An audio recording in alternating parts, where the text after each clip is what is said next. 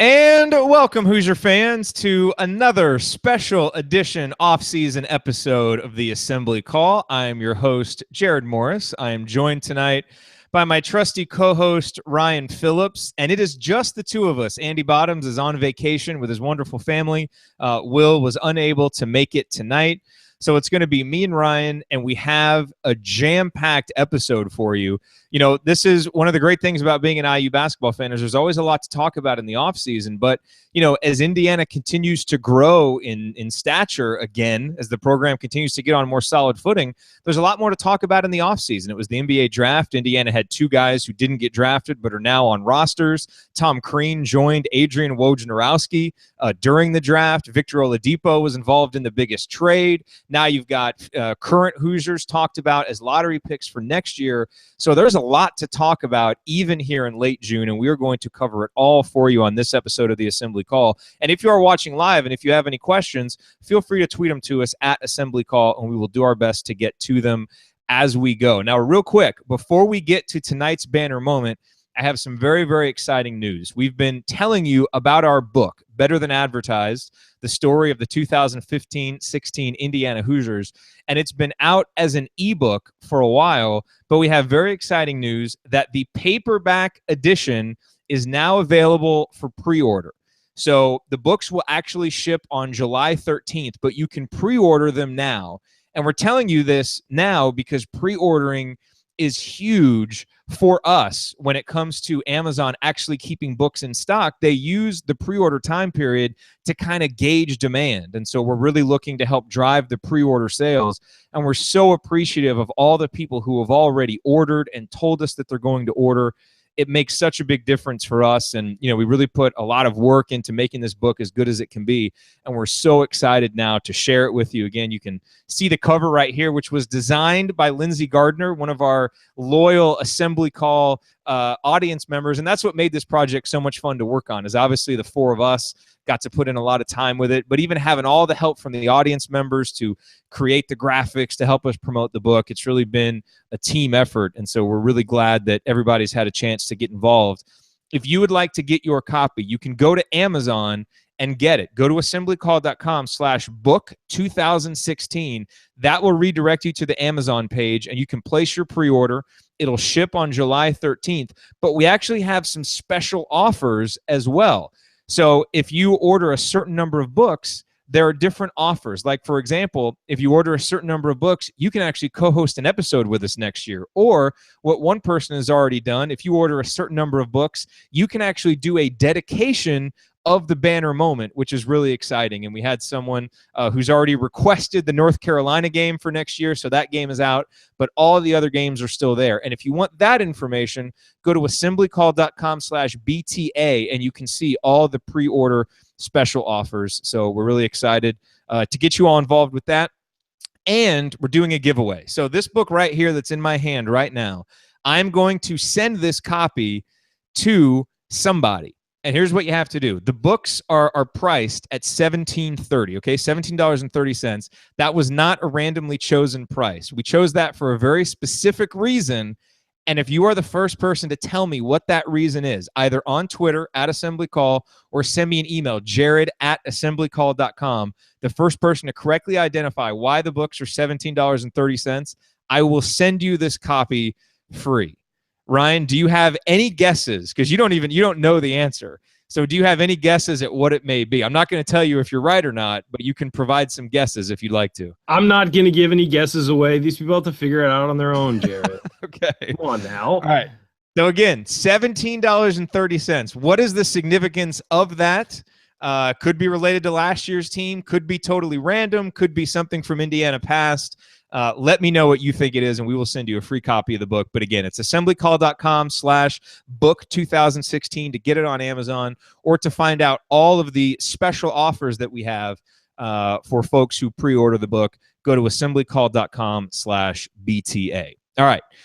With that out of the way, let's get to our intro comments here. And we will start, as we always do, with the banner moment. And my banner moment goes to Thomas Bryant and OG Anunoby and the influx of mock drafts that have happened since the NBA draft, and how high these guys are, especially Thomas Bryant.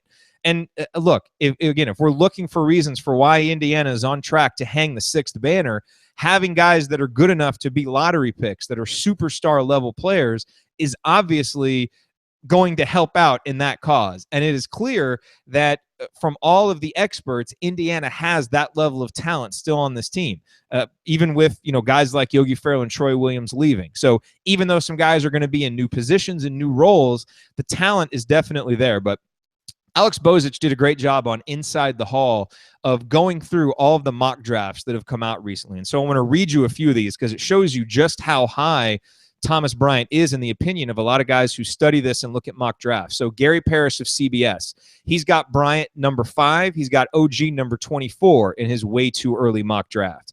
The Big Lead has Bryant number 4. CSN Mid-Atlantic has Bryant number 7.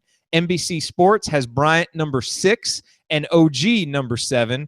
And Fox Sports, Aaron Torres of Fox Sports, actually discusses Thomas Bryant as potentially being in the mix for the number 1 pick next year. Seriously, here's what he says.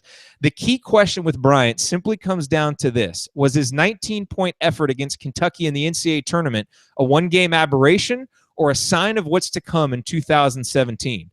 If it's an aberration, well, someone will still take Bryant in the lottery next year based on his 7-foot frame that already carries 250 pounds and could easily add more weight without losing any quickness or athleticism.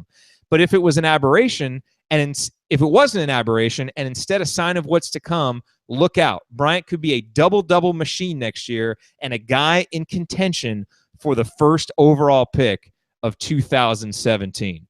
Pretty sweet. That is the banner moment. And before we started the show, I put a poll question out on Twitter, and I asked IU fans, and let me try and find this here. I asked IU fans who they thought would get picked first, who they thought would get picked first in the 2017 draft. All right, Thomas Bryant, OG Anunoby, or James Blackman Jr. And currently, with 120 votes already in, Thomas Bryant has 65% of the vote. OG has 24% of the vote. James Blackman with 1%. And then 10% of you said that all 3 would come back. So I'm actually not that excited about all 3 coming back because I think that would mean it's probably a bad season for Indiana. But I put that out there just for grins. But if you want to participate in that poll, go to twitter.com/assemblycall, and you will find that poll pinned on our page. But that is my banner moment. And with that said, let me kick it over to my co-host, Ryan Phillips. And let's get your rant, because I know there's something that happened at the NBA draft that you just cannot understand, and you want to rant about it. I know I'm not alone with this. We're going to stick sort of with the draft theme, and it was the draft night trade of Victor Oladipo to the Oklahoma City Thunder, which, by the way, I think is great for Victor. I'm very happy for him, and I think that the Thunder made an excellent deal. But, oh my God, what are the Orlando Magic doing? They trade Victor Oladipo and a draft pick, who's Domantas Sabonis, to the Oklahoma City Thunder in exchange for Serge Ibaka, a guy whose career has been titanicking over the last 2 years. And yes, I did make up a word, and yes, it does work. But Oladipo last year, career high in true shooting percentage, 53.4, career high in rebounds for 40 minutes. His player efficiency rating was nearly a full point higher than his second season, and it was a career high as well, while his usage rate dropped. So he was having a better performance while being used less. Just from the raw numbers, his career high in rebounds, career high in three-point percentage, career high in field goal percentage, career high in blocks, and was not that far off his other career highs in steals and assists. So this is his turnovers per game dropped by almost 1 turnover a game. So this is a guy who's clearly improving. He's 24 years old. The Magic only started him 52 of 72 games last year and then traded him to the Thunder. And people with the Thunder, I talked to a few of them, are shocked that he was even available because of his youth, his improvement, and what he brings on the defensive end of the floor. I don't know what they were thinking for the Oklahoma City Thunder. I think it was a great deal. They get a guy to chase Klay Thompson around while Russell Westbrook can focus on Steph Curry, or they can switch. And I have no idea what the Orlando Magic were thinking, especially because it's not like they got an ace guy in return or got a bunch of draft picks. They got one guy, Serge Ibaka, who's not going to do anything for them. So I have zero idea what they were possibly thinking. But you can guarantee there's a lot of people in Oklahoma City very happy that Victor is on that team right now. And a lot of Hoosier fans should be happy because he's going to get a much more high-profile shot to show what he can do. Absolutely. And they're going to love him in Oklahoma City. Absolutely love him. He's going to be a great fit there. So hold that thought, because I want to cover that a little bit more in depth, because you wrote a really good piece about that for the Big Lead earlier this week. And so I want to cover that a little bit more as we get into this episode. We will start out talking about Tom Crean, because things are going really well for Tom Crean. And I'm starting to wonder if the 2016-17, if this is kind of the year of Tom Crean. We're going to get to that here in just a second.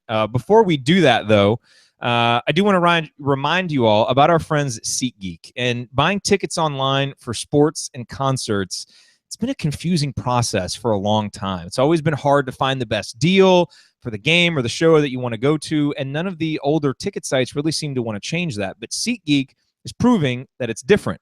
They've come along and they've created an amazing app and website that makes it easier than ever for fans to buy and sell tickets. And I've told you about my experiences with SeatGeek before we ever agreed to allow them to sponsor the Assembly Call. I used them. I've used them since. And my favorite part about it is how the price that I end up, on the checkout, that's listed on the checkout, is actually less than what's listed on the initial pages, which is so much different, because usually you go buy tickets and the prices are less up front, and then you get to the end and there's fees, service fees, convenience fees, all kinds of fees, and it ends up being a lot more, but not with SeatGeek. You actually end up being pleasantly surprised because it's a little bit less. It's like they overestimate in the beginning, and that, in addition to all the other technology advancements they've made with their website, with their app, really makes it a joy to buy tickets on SeatGeek. Plus, they have sports tickets, concert tickets, event tickets, anything that you could possibly want. And really, they want to help you get the most bang for the buck.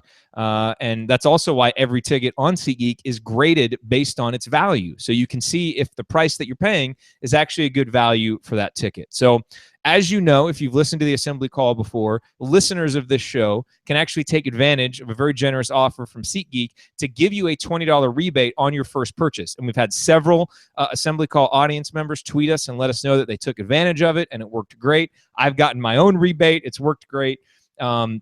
So definitely give that a shot. And to get that rebate, all you need to do is go to SeatGeek.com or download the free SeatGeek app from the Google Play Store or from the App Store. And when you sign up, go into your member profile. There's a place to add a promo code. Add the promo code ASSEMBLY, ASSEMBLY. That will get you your $20 rebate. Again, it's ASSEMBLY to get your $20 rebate from SeatGeek. They should definitely be the place that you go to get your tickets. It's where I go, and we hope that you will go there as well. All right, Ryan.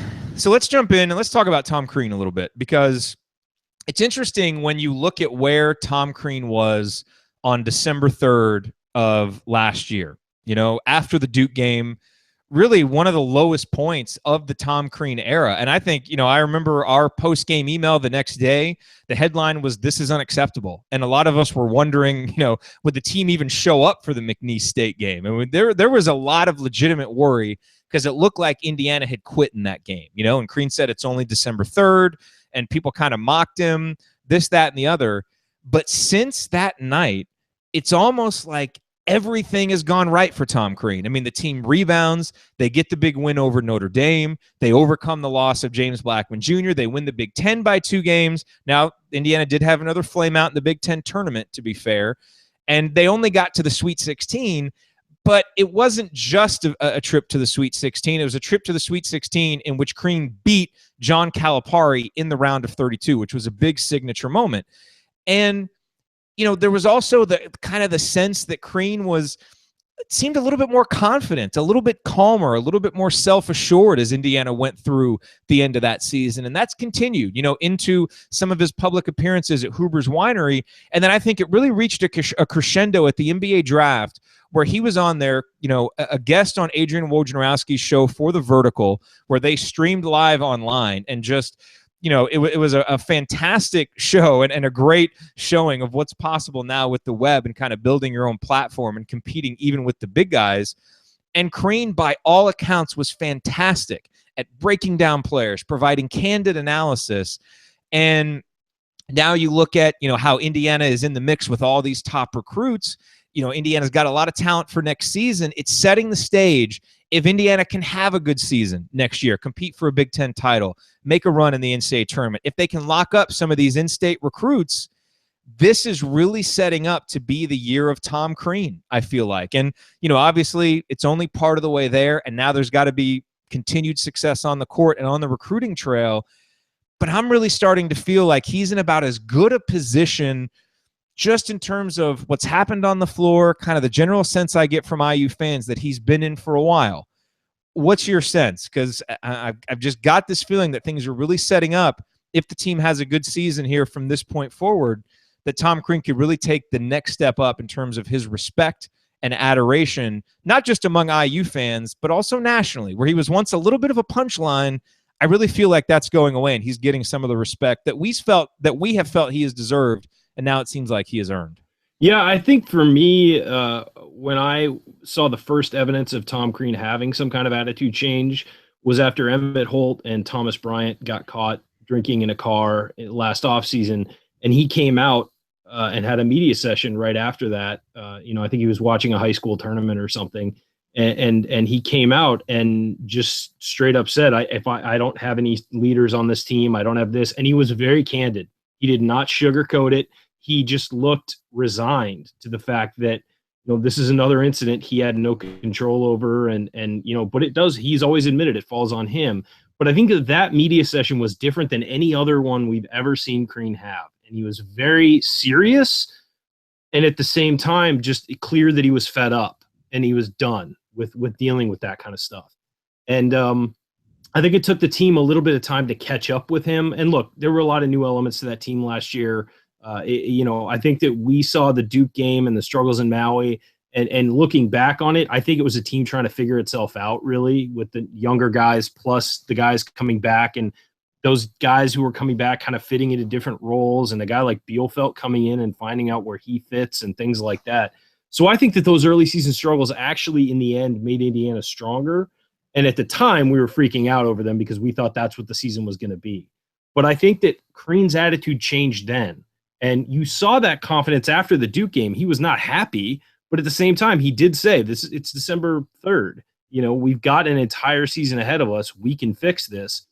Nobody believed him. I mean, quite frankly, nobody believed him. You saw Fran Fraschilla talk about it when he was in Maui, and when I was in Maui, Crean walked by him and said, "We'll get it fixed." And Fraschilla said, "Yeah, I don't see that happening." And he did. And so I think that you're right about this. It seems like he's on a really big winning streak. I mean, look, the team he lost to in the Sweet 16, while it was another Sweet 16 exit, and people get riled up about that, he lost to a team that was, 4.7 seconds from winning a national title. I mean, it wasn't like he lost to a chump team. He lost to a team ranked higher than them, who was, quite frankly, very well put together, and an outstanding team that, in my opinion, should have won the national title. Villanova played a great game, played above their heads, and hit that big shot at the end. But North Carolina was the best team in that tournament. So I don't look at that as a negative. I mean, you lost, but, you lost to a good team. You lost to a great team. And then, of course, you're right. With this thing on the vertical, you see John Calipari go through what they call the car wash at ESPN, where he does every single show, and he talks up the program, and he talks up, his players, and he talks up these guys or whatever. And he's on TV all the time. And you've got to, in this day and age where multimedia is enormous, you've got to do stuff like that if you want to be a top-tier program. You see Coach K does it. Coach K is going to be coaching the Olympic team. He's going to be on TV every day this summer, with that team, getting interviewed, talking about his philosophy and things like that, building his brand. Roy Williams will do the same thing at ESPN or different places, go through there, do the interviews, talk. So I think it's imperative that Crean becomes that kind of guy if you want Indiana to be that kind of school. And I think he absolutely knocked it out of the park from what I saw on the vertical. Because of work, I couldn't watch the entire thing. But what I saw, he's a very intelligent basketball, analyst. He knows what's going on. I think that will instill confidence not only in Indiana fans, but in people who will, talk to him and engage with him. They'll say, hey, that guy was really good. Let's bring him on and have him talk about the NBA Finals or next year's draft class or whatever. That can only help the program, and having him out there discussing and being good in the multimedia world is only going to reflect positively on Indiana. And you're right. If he can have a successful season, lock down some of these top recruits, and just keep the train rolling instead of having the train go and go up the hill and then stop and go backwards like we have before, if he just keeps it going, this could be a great run starting for Indiana. And we all know that. And I think that's why everyone's so positive about next year is we lost guys, but we have guys back, and we also have guys who can replace the people who left. And it seems like Crean is maturing as a coach, because the thing is, his performance on the vertical was not surprising, really. I mean, he's always been able to talk a good game. Like, Crean understands basketball intellectually, I think, as well as any coach out there. And that was actually a frustration through some of his early seasons at Indiana, is you would hear him talk the game in the post-game press conference, but you wouldn't actually see it on the court. So he seemed like a coach that could, that understand. And clearly he's always had a good track record with player development and him discussing, how he has a vision for the player and how they execute it. You can always kind of believe in that because he's shown that. What he hasn't always been able to show is the concepts of team basketball that he discusses, actually getting his team to do it. And I think what was different about last year is that it really seemed like he was able to articulate it in a press conference, articulate it to the team, and then see it executed on the court. And I have to think that a part of that was just his maturation as a coach.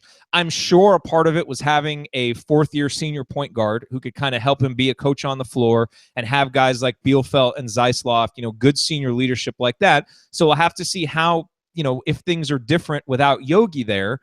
But I think that, to me, is what's so encouraging, and the fact that things seemed less manic on the sidelines, the substitution patterns seemed less manic. The team actually peaked in February and March, where before they had always faded. And so, I agree with you. I think the multimedia stuff, being out front, clearly he's got the highest profile of any coach in Indiana, and players are going to see that. Players are going to know him, and that's going to be really important. But the most important thing is, can it be translated onto the floor into a basketball team that plays smart, that plays hard, that plays consistently throughout a season?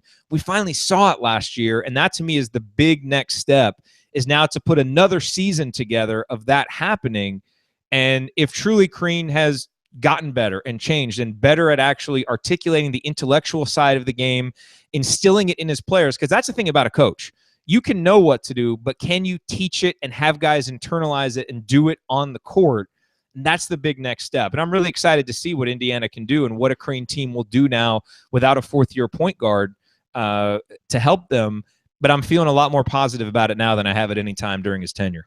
Yeah, I think as a coach, as you were saying, you have to be an educator too. I mean, that's part of your job, particularly with college kids. You've got to be an educator. You've got to be able to get your message out there and have your players learn it. Just preaching isn't going to do it. And I think that for a long time, Crean's main focus when he went out into the world was selling. He was selling his program. He was selling his system. He was selling his players and being a salesman. And that was necessary early on when they were starting over and hitting a reset button. He had to sell, hey, show up, be there for these kids, to the fans when he knew they weren't going to be winning. Now that he's actually got the talent to win with, he doesn't have to do that anymore. And I think it's more relaxing for him. I mean, we talked about this with Kent Sterling.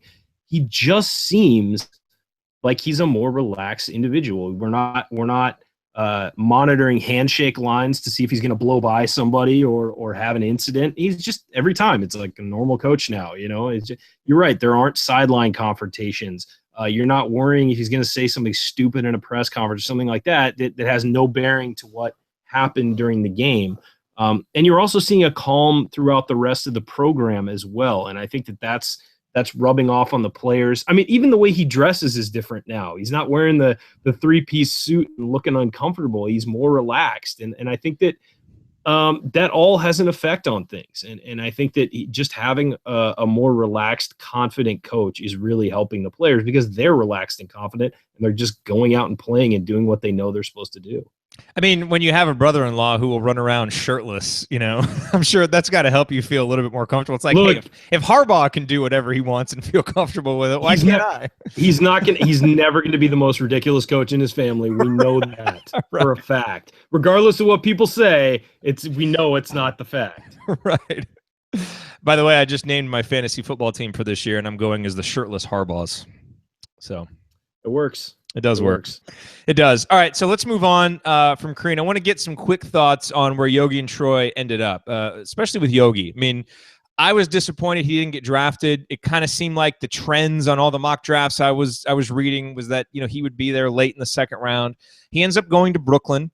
Brooklyn is not a good team, so on the one hand, I was kind of hoping he would go to a more stable organization like a San Antonio or a Dallas with a good coach. Where maybe he can catch on, learn a few years, maybe not play as much early on, but kind of grow in a stable organization. The flip side of that is Brooklyn, where it's total instability. They basically have no roster. Jarrett Jack, one of the incumbent point guards, is now a free agent.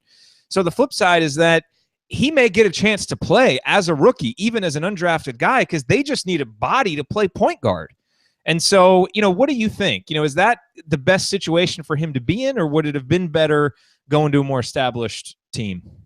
Well, from what I understand is a few teams offered to draft Yogi and have him go control his rights while he went and played in Europe for a year or two, and they he developed and they opened up a spot for him.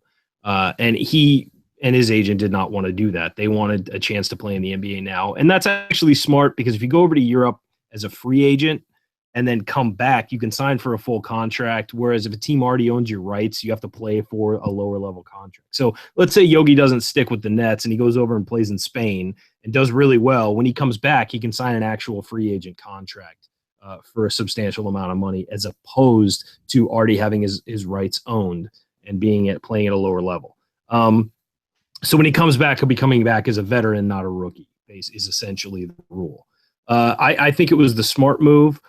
Brooklyn, again, it's a bad team, a team influx. If he makes an impression in the summer league and in training camp, he can definitely make that roster, I think, especially a team that's looking to cut its cap losses and bring its salary structure down. I think the people in Brooklyn would love him. I think that he'd be that scrappy guy who they could definitely identify with. It'll all depend on, the coaching situation, how they use him and all that stuff. There certainly were better fits style-wise, but I'm not sure that the teams that he fit style-wise, who I won't mention because it was a disappointment he didn't go there. But I think that the teams that he fit more style-wise would not have had the room for him on more than, through the summer. They probably would have wound up releasing him. But, obviously I support Yogi and hope that he winds up on a roster. And I hope it's the Nets. He seemed, that's who he signed with. That's where he wanted to be. And, we know there are opportunities in New York to come out of nowhere and be a big deal. Look at Jeremy Lin. So let's hope that he sticks. Let's hope that he's a big deal, and let's hope that people fall in love with him. Yogi sanity. There you go. It's always Yogi sanity. Yeah, it's always Yogi sanity. What about Troy? What do you think about the fit with Phoenix? Phoenix is going to have a new coach. They're going to have a new system. They're missing some size. They drafted some size, but they're missing some, veteran size. So he's an athletic guy. Troy is the kind of guy who his skill set could work as a backup on any team in the NBA because of his athleticism, because of his energy. NBA teams love guys like that on their second unit because the second unit has one job when it comes in, and that's make things happen. They almost always run a dumbed down version of the offense. They almost always just play a lot of one-on-one ball, and that's what Troy is good at. So, I really hope Troy sticks. I'm not optimistic about it, but I do think that he's another guy who could go over to Europe and make a really good living as a basketball player in an upper tier league because he has the athleticism a lot of guys over there don't have, and he can be different. He can sort of play a Shawn Marion type role minus the incredible defense on a team over there, and maybe develop his skills and hone his skills more and come back here and make it in the NBA. He certainly has a talent level to do it. I don't know if he's going to stick with Phoenix. I have yet to see really what Phoenix is going to try and do with the basketball. It'll be interesting to watch Troy in Summer League because Summer League is the kind of thing where Troy could either be really good out there. It's basically glorified pickup games. He could be really good or he could look pretty poor.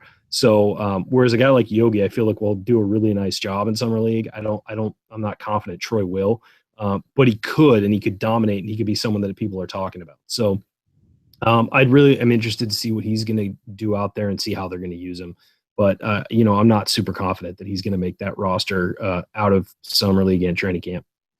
You fashion yourself as something of a shot doctor. Prettier jump shot for him, Troy Williams or Shawn Marion? Oh, it's Troy Williams, no question. Shawn Marion, a little part of me died every time I had to watch Shawn Marion shoot a basketball, whether from the perimeter or from the free throw line. It was just, I mean, I would cringe. So But he I was wound. somewhat effective. I mean, later in his Hey, you know career. what? If it goes in, it goes. Hey, look, Jordan Hulls didn't have a pretty jump shot, but it went in. And Allen Iverson had an ugly jump shot, but it went in. If it works for you, it works for you. That's fine. But when I say things like, I told somebody once, if Jordan Hulls, as like a sophomore in high school, walked into your gym and shot like that, and he wasn't like an established basketball player, you'd change his shot immediately because it's the margin for error is so thin. But he's so good at it, it works for him. Like if he's constantly making them like that, yeah, great. But you would never teach a kid to shoot like that because it's such a weird, different shot. It's off to the side. He turns his body. You know, it's weird. He has worked out a calculus where it works perfectly for him. But that's not something you're going to teach a younger kid. Same thing with Shawn Marion. You're never going to teach a kid to shoot like that. I mean, just because he'll get made fun of and laughed off the court. But for Shawn Marion, he made it work and had a great NBA career. So, you know, hey, all praise to him. Yes. Alrighty, so we've got a good question from one of our loyal Twitter followers and one of our loyal audience members. This is our buddy Hoosier Artifacts at IU Artifacts, which I'll mention again is a great Twitter follow, a must follow for any IU fan. So here's a question for you, Ryan. I'm going to answer first, give you a few minutes to think about it. If you could watch, and I love this question, if you could watch a game with any IU player before your lifetime, who would it be and why? And you know, at first I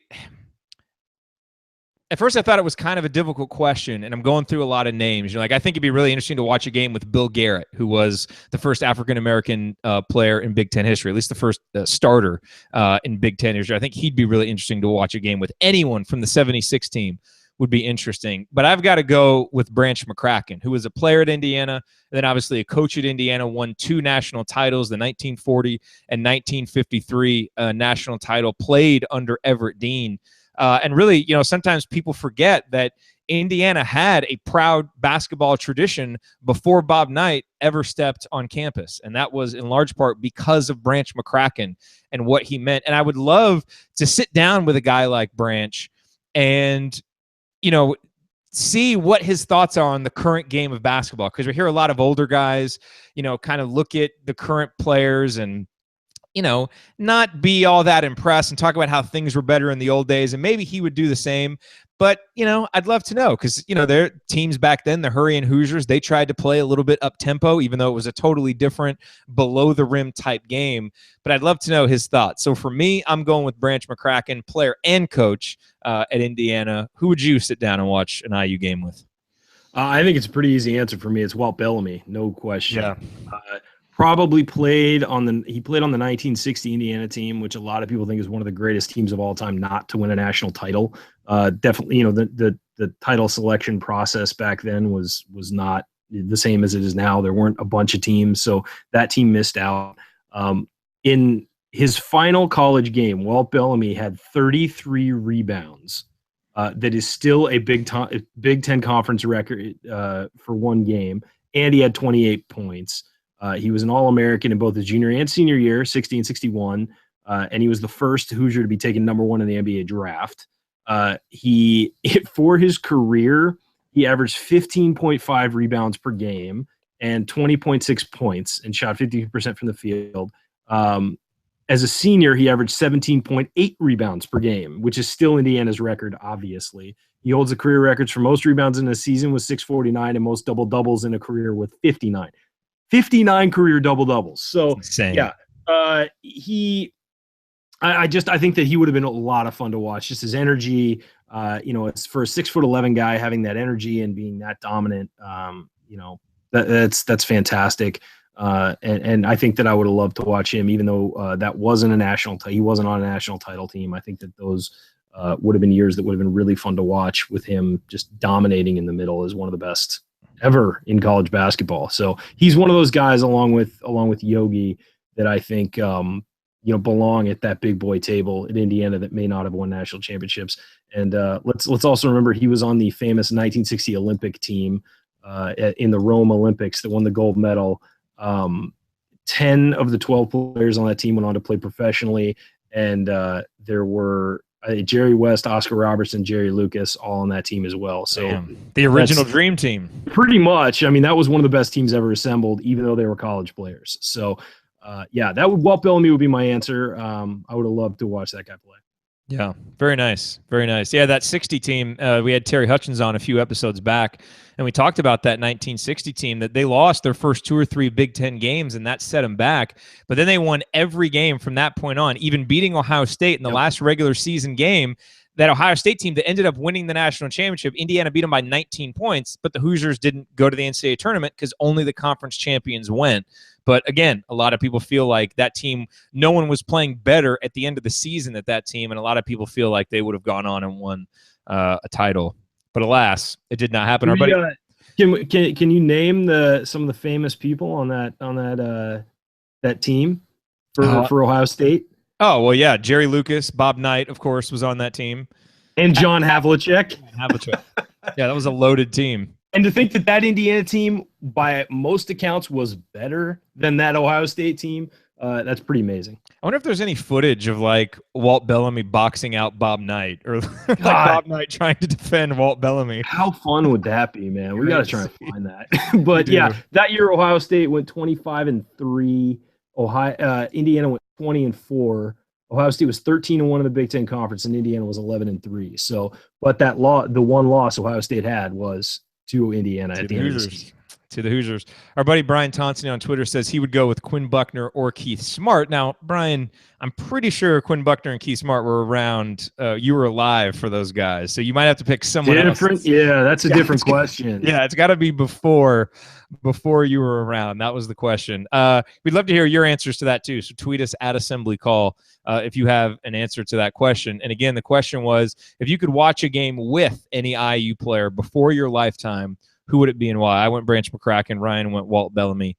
I'm assuming Andy would have said Calvert Chaney, and then we would have had to correct him. So, and shoot, Will could have chosen, Jared Jeffries.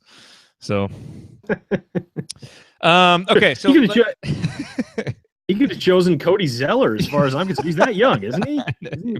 Pretty much. Pretty much.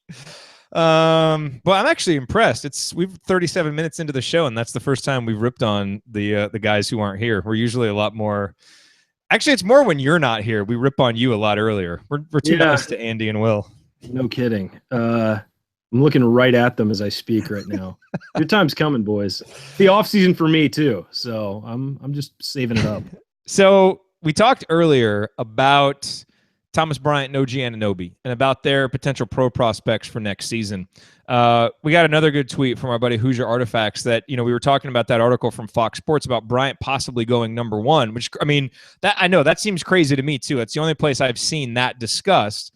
But he says if Bryant does indeed go number 1, he would be the third Hoosier to do so. You mentioned one, Walt Bellamy. Do you know who the other Hoosier was that went number 1 in the draft? It's Kent Benson, isn't it? Kent Benson. Yep. Walt Bellamy, Kent Benson, Bryant would join that list. What are your thoughts? I mean, obviously we know that you're high on OG Anunoby. You're like the hipster OG Anunoby fan because you were high on him before anybody else was. What before it was cool to be high on OG Anunoby. Before the secret got out. Give me your thoughts on those two guys heading into the year and how you project them as NBA prospects. Well, Bryant definitely has to work on the same thing he had to work on going into last year, and he improved somewhat, but he needs to be more athletic. He needs to be more flexible and be able to, and of course, stronger. I think he did a great job improving his strength last year and a great job becoming less stiff in his movements. And I think he's just got to be more fluid and be a better ball handler. Those are really the big things. And of course, continue to develop his shot. But I think we've seen that that's not going to be a problem. He is continuing to develop his shot. But movement is going to be a big thing because in the NBA, you just do not have back-to-the-basket centers anymore.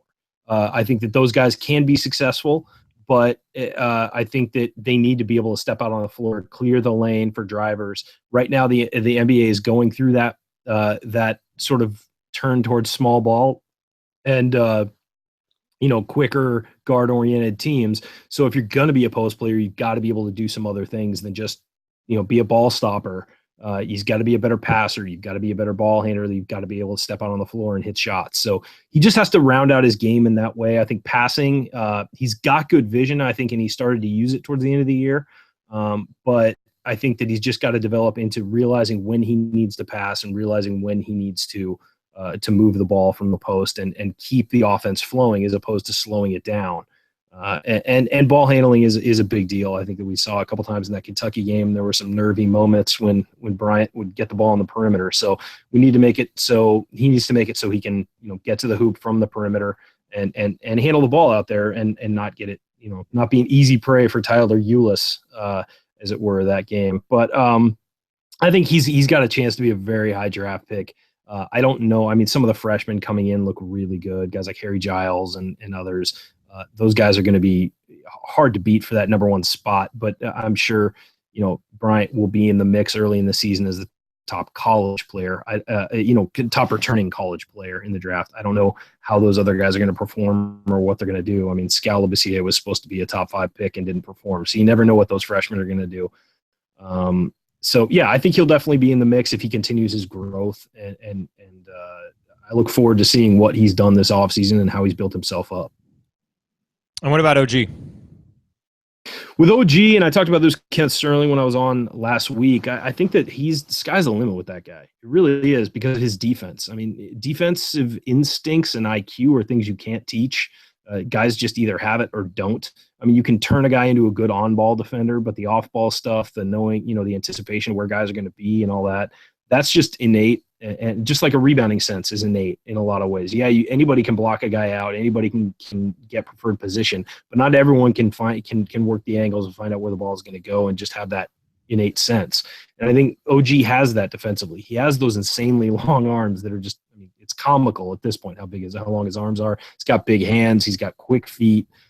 All those things defensively. That makes him. That will make him an excellent defender along with his athleticism. Offensively, he's going to be as good as he wants to be. It's the same with Victor Oladipo. If he works hard, develops a three-point shot, can work on his ball handling, get to the hoop from the outside, and then do all the things he did this year, the little things, the weak side rebounding offensively, being efficient with his shot, not taking dumb shots.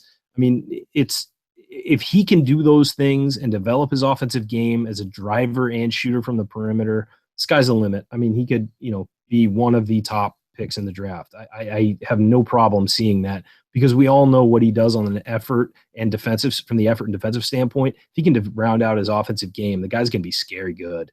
I think that he could wind up being a primary scorer. He's not there yet. He is not there yet, and that's why he's not as high on some of these draft boards. He needs to be more assertive offensively and get to the point where he can be assertive offensively as well. So let's say, hypothetically, your old childhood buddy, Luke Walton, gives you a call and asks you right now that for some reason in this weird basketball world, they have a chance to just add Thomas Bryant or OG Anunoby to the roster right now. Who are you suggesting that he add? Who's going to have the better NBA career? Now, here is the question. Are they building for the future like the Lakers are, or do they want wins now? That's the question. If it's for the future, I'm taking OG Anunoby because I like what he can be eventually. If you want him to win more games now, I take Thomas Bryant. Yeah. But I think OG Anunoby will surpass Bryant as far as a long-term talent just because of his versatility. Yeah. Okay, that's my answer. So, Luke, if you're going to call me, yeah, got the number, buddy. It's the off season. Maybe he's watching right now. I know he's on baby watch right now, but is he? So yeah, he is. His wife was actually due the night of the draft. Oh wow! Holy moly! And by the way, Brian Tonsony has revised his answer, and it's a great one, frankly, and it probably beats both of ours. Bobby Slick Leonard, which is he'd be pretty awesome to watch a game with. It's a good one to say. That's a pretty good one. You are redeemed. So there wasn't a lot of news with the current players, this week, the last couple of weeks. Obviously, all the guys are there working out. We've had now if you follow the Indiana MBB Twitter account, they have a workout warrior every week that they award. The first week, it was Thomas Bryant. Second week, it was James Blackman Jr. This past week, it was Juwan Morgan. So we'll see if it keeps rotating or if someone can get that record twice. But it's cool seeing all the Snapchats, seeing all the guys working out. They look to be having, a lot of fun, but also getting a lot of work in. The one kind of big piece of news, as it were, is the addition of a new walk-on. Obviously, Harrison Nego took his talents elsewhere, but we have a new walk-on now, a new preferred walk-on in the Indiana basketball program, and it's Zach McRoberts, a guy who's from Indiana, obviously the brother of Josh McRoberts, who's an NBA player, and he was an Indiana All-Star with James Blackman Jr. from a few years back. Now, he played his first season, 2015, at Vermont, was hurt for a few games, but then ended up playing and did a decent job in the minutes that he played. I think he played about 40% of available minutes and was actually second on the Vermont team in terms of his offensive rating. So he was relatively efficient.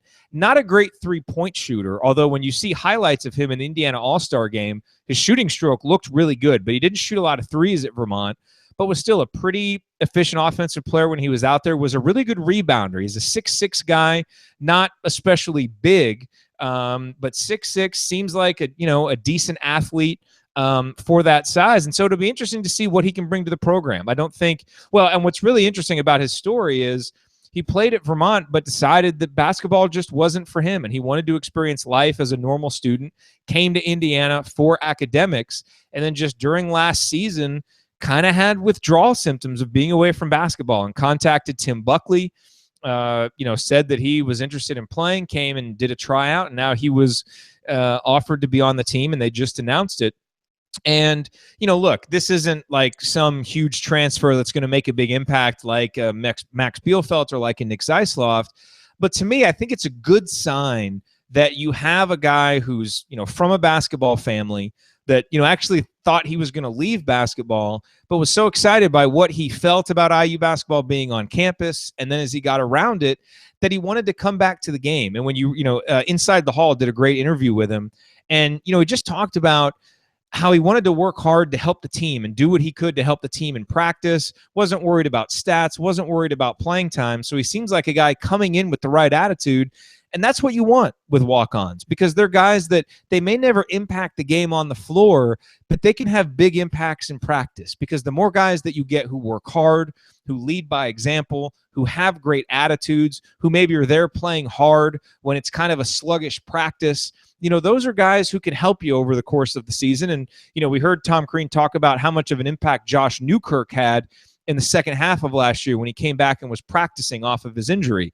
And McRoberts is not as talented a player as Newkirk, but those guys can pay dividends. And I think when we started to see some walk-ons leave, around 2014, when the program seemed to be in some turmoil with a lot of issues, guys getting in trouble, and you kind of start to wonder, okay, when the walk-ons start leaving, the guys who are just doing it for the love of the game and the love of the program, what does that suggest? And so to me, look, we'll see what kind of dividends this pays, and we may never know what kind of dividends it pays.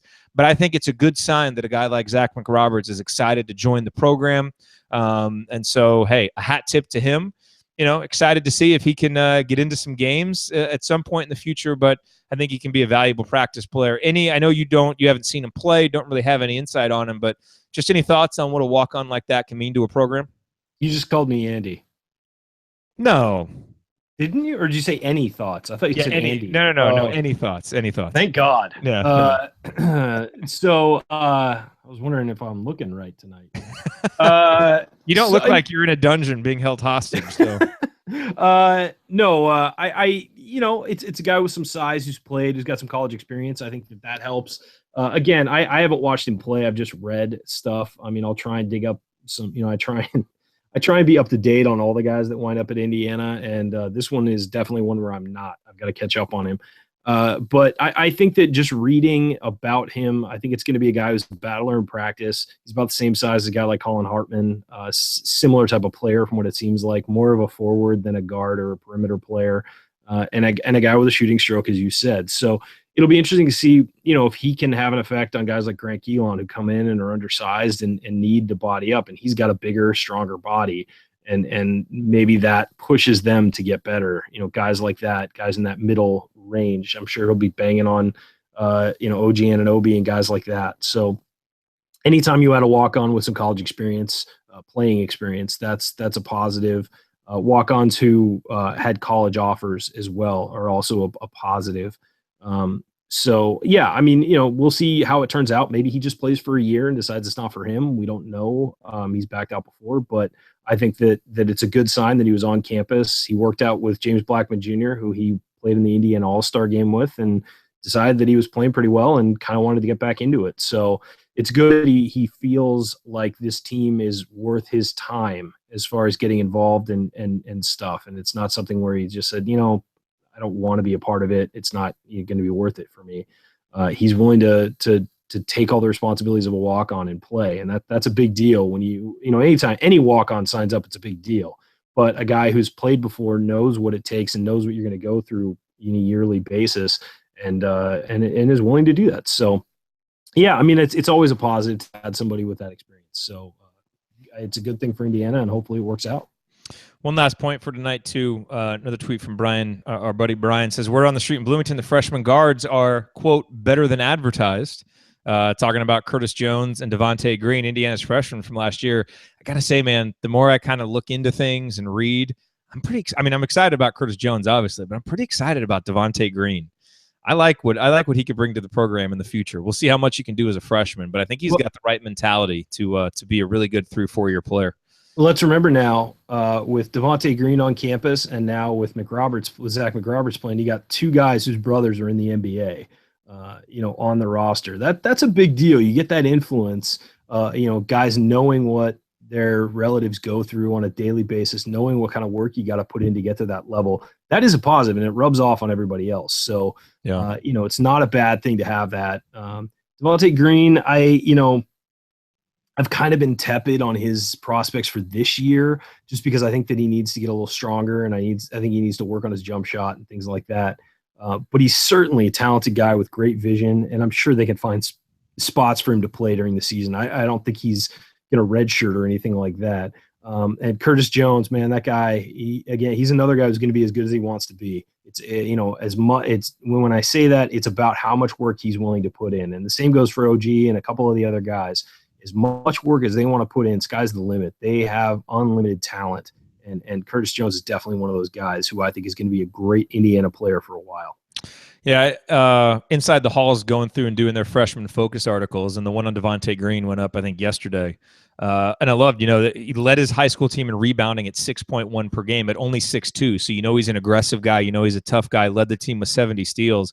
And if he's 6'2", I'm 6'7". Okay, so maybe he's a little shorter. He's a little shorter than that, I think. But also, my favorite thing about him, not to cut you off, but my favorite thing about him is they asked him what his goal was to be, and he said to be the best defender in the nation. That was his goal, not to score 20 points, not to be a starter, but to be the best perimeter defender in the nation. And that's the right mentality. I feel like we're going to enjoy watching next year's team play on defense. I really do. I've got a feeling it's going to be a more defensively driven team, which is going to be, when you got guys like Juwan Morgan and OG Anunoby and Robert Johnson playing leading roles. I'm excited to see that. But one quick anecdote on Devonte Green. From this Inside the Hall article. When Green was given a shot at one of the nation's top guards, he delivered in a major way. And this is his coach talking. His signature game for us, we played Sacred Heart from Connecticut in a showcase. They were ranked 17th in the country at the time and have a player, Mustafa Heron, an Auburn signee, who was a consensus top 25 guy. And Devonte had 39 points in a win. Really just a high-level performance. And that's kind of what I sense from him. And I know it's tough to sense from guys' quotes and that kind of thing, but it's like with Juwan Morgan. We talked about it on here. When you read his quotes from when he was in high school and when he committed to Indiana, like you just got a sense that he had a different level of seriousness and a maturity about him that was going to allow him to, come in and contribute right away and be a really good, productive building block type player. I get that sense from Devonte Green. And that's what makes me really excited about him. And, you said, being a defensive-minded guy, tough guy. So, again, whole point being lots to be excited about as an IU fan. We certainly are. Ryan, any final thoughts before we close up this episode of the Assembly Call? I feel like that, over the last few years, it's kind of been a thing with Indiana basketball where every time we come on here, every couple of weeks, we have to discuss something that went wrong. And so I almost feel like we should have a sign that say blank weeks since there's been a workplace accident or something. So I just, another good stretch for us. It's true. Get those thumbs up, people. But yeah, I don't know. Just a smooth couple of weeks. A lot of good news coming out of the program, as you said, with the workouts and with McRoberts joining. It's been all positive, and with Tom Crean killing it on that draft thing. So it's been a really good last 2 weeks. We don't have to check in with any negatives, and let's just pray that continues for the rest of the offseason. Yeah. And my final thought, folks, I will again remind you of our book, Better Than Advertised, the story of the 2015-16 Indiana Hoosiers. This book basically takes you back through every single game so you can relive the moments, because that's what's fun about a season, are the moments, the games, and remembering them in context. That's what's so much fun about reliving a season. You know, the whole idea for this book came from a book that I have about the 1993 Indiana Hoosiers, a book commemorating that season.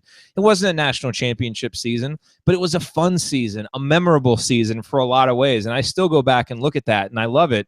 And that was kind of the genesis of this idea. Is a lot of IU fans fell in love with last year's team. And I just thought it would be really cool to put together a book that, for those of you who enjoyed last season as much as we did, connected with those players, with those moments, to have a book like this. Maybe you get it now and you don't read it right away, but maybe at the end of next season, you take it out and you look at it. Or maybe you put it in your bathroom and you just go relive a game, you know, each time you're going to be in there for a few minutes. Or 10 years from now, you know, you want to go back and relive that fun 2015-16 season when OG Anunoby is first team all Big Ten defense, or first team all NBA defense, and Thomas Bryant is an NBA All-Star, and you want to remember what it was like when they were Hoosiers. This book is going to be for you. So great for a purchase for you as an IU fan, great as a gift. If you go to assemblycall.com/book 2016, that will redirect you to the Amazon page, or go to assemblycall.com/BTA. That's BTA for Better Than Advertised. That will take you to the book page on our site, where we have some special offers. If you order multiple copies, we have some special offers, because that will really help us get the book going, get some momentum going during the pre-order period. So we appreciate all the kind words. We appreciate all of you encouraging us to do the paperback version of it when it was only an ebook.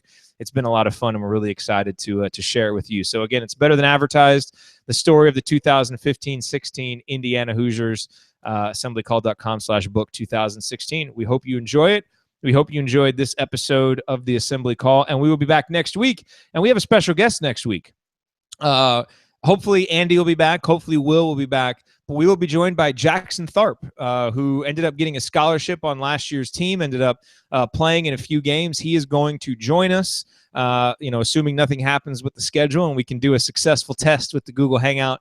But he will be here to give us a lot of insight on last year's team and on what it's like to kind of go through the journey as he did as an Indiana Hoosier, from a manager to being able to play, which is so great. So we're really excited to have Jackson Tharp. He's at Jack Tharp on Twitter.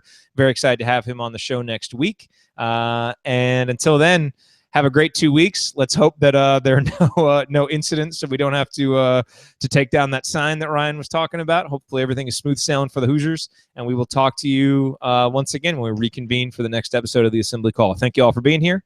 Talk to you in 2 weeks on Wednesday, July 13th.